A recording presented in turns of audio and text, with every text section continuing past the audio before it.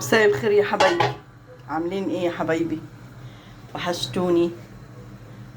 ان شاء الله النهارده هنعمل مع بعض.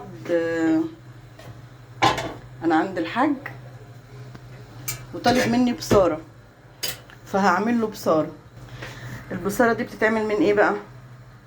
من فول مدشوش وخضره، بصلايه اهي، فصين توم، والفول اهو. انا غسلته ونقعته حوالي يجي ساعه،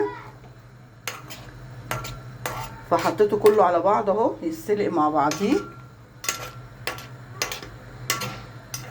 انتوا طبعا حبايبي شاطرين وعارفين كل حاجه، بس في بنات ما تعرفش تعمل الاكل، لسه داخله على الحياه جديد، فما تعرفش تطبخ. فممكن او يمكن يتعلموا مني حاجه بسيطه، اللي هو الاكل البسيط اللي انا بعمله اهو. هسيبهم بقى لما يستلقوا. الفول ده انا نقيته وغسلته ونقعته ساعه وحطيته دلوقتي كله على بعضه. هنغطي بقى وهنعمل معاه بتنجان مخلل وفلفل، هنعمله مسلوق النهارده مش هنقلي. حبايبي البتنجان اهو اتسلق خلاص، وادي الخلطه، فلفل احمر وفلفل اخضر وتوم، وادي الليمون هعصر عليه اهو. اهو هعصر ليمونتين وهخلله بقى اهو يا حبايبي. البتنجان خلاص اهو عملته، هشيله بقى لما اقوم اعمل الاكل بقى.